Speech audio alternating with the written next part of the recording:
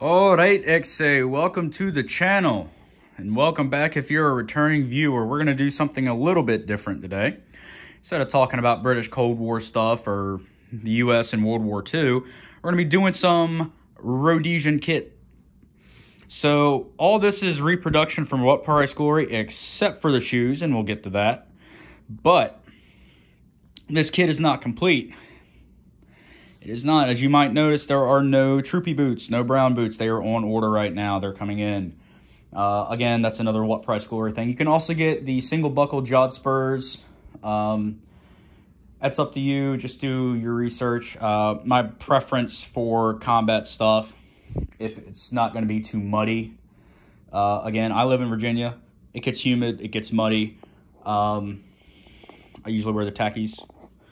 But if it's muddier or colder, I might switch to the troopy boots, but I do have a barracks dress for events where there might be a meal served, like Military Through the Ages. There's a big meal for the reenactors Saturday night. That's one I would wear that too. So not very often, but I'd still wear it. So we're going to go kind of clockwise from the top and work our way down. Again, this kit is not complete. I mean, just look at the webbing. But we're going to get going. So right here is the What Price Glory combat jacket, or bush jacket, however they have it listed on their site. I can't remember. With these, you're going to want to order a size up. So I'm a 42. I should have got a 44. I didn't know that at the time. So learn from my mistakes, and now you know. And knowing is half the battle. Say it with me. G.I. Joe. So I did modify this. I cut the sleeves off.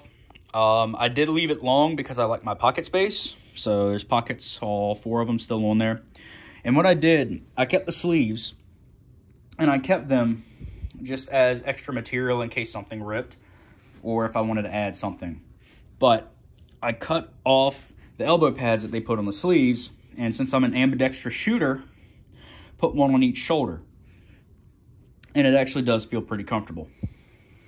So that's the jacket. The jacket's pretty good. It's hard wearing. I do get a decent amount of wear out of it. The 2 things I get the most wear out of are the cap, and this is the first thing I bought, actually. I get a lot of wear out of this. I'll wear it fishing. It's great for that. You drop the flap. It's great to keep the sun off of you. And the shorts. I wear the shorts a lot, too. These are kind of heavy twill. Not quite denim, but very heavy twill, cotton twill for the uniforms, so they will last a while. Moving over to footwear, again, these are the Techies. These are not a specific reproduction. These are just Chuck Taylors, and maybe you can see, there we go. That's where the emblem was, their little logo. You can just pop the seams off, and then boom, you got them. So that's a kind of a quick thing to do, and if you don't believe me, and before we look at the webbing, I'm going to look at what's under here first. This is the poncho. It feels a lot like a shower curtain liner, not like what you'd expect a poncho to feel like, but it is relatively water resistant. A lot of the accounts you'll see or hear, the Rhodesian ponchos are absolutely garbage. And whenever they could, they actually tried to steal South African ones. And I believe it was either in Tim Back's or Chris Cox's book where they actually did that. Sold them from some South African advisors or police, I think it was. But since tintage is kind of scarce, and anything that would be correct is probably coming from South Africa, I went ahead and on the 4 corners put these loops so I can peg it into the ground and make a little basha or a little bivvy for myself, just to get out of the shade, out of the sun, and into some shade at, of some of these events. But we're going to move on to the webbing. Webbing is a little thin. They've made this from original, so it's approximated the size, but the quality is very good. The webbing hasn't let me down. And I duct tape my clips so they don't rattle as much. You're still going to get some rattle, but it's still very good quality. The yoke is good quality. Got some padding there for you. And I got the double ammo pouches. It's really up to you. I prefer the double ones. And I only have 3 mags, so there's only 1 in here and 2 in the other one. But the belt is a nice belt, and it comes with these D-rings on the loop. I did this because the pouches I discovered kind of quickly will sag forward. And I didn't want the hook inside of this top loop right here. So I gave it something a little more sturdy with that D-ring to hook onto, so hopefully it doesn't tear. Canteen cover, pretty good cover. Definitely need to shrink it down.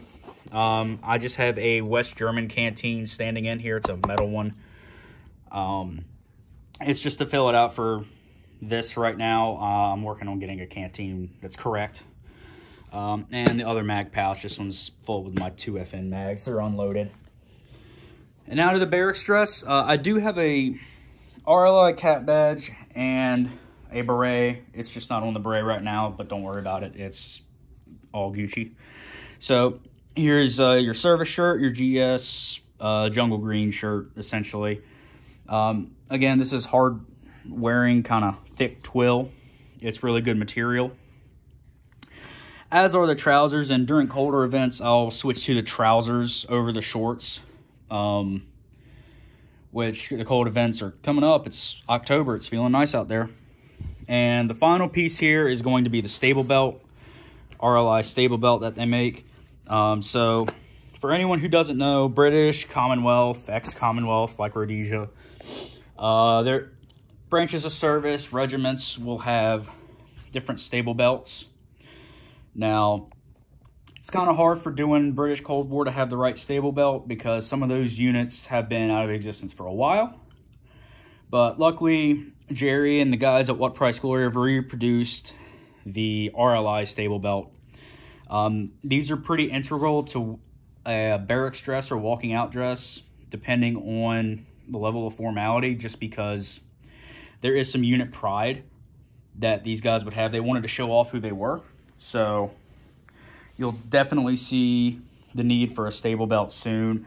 If not, you can always get South African web belts. I believe it's the P61. That looks a lot like the British 58 pattern. Or you can get another belt, another pattern 69 repro belt from What Price Glory, and just use that as your duty belt. I like wearing the stable belt. It gives a little flash to it, and it's another talking point for the public. If I'm wearing this when the public's around, it's just another talking point. But there will be a further kit video when the webbing is complete. I am going to get a few more ammo pouches, definitely kidney pouches, and I'm going to go with the large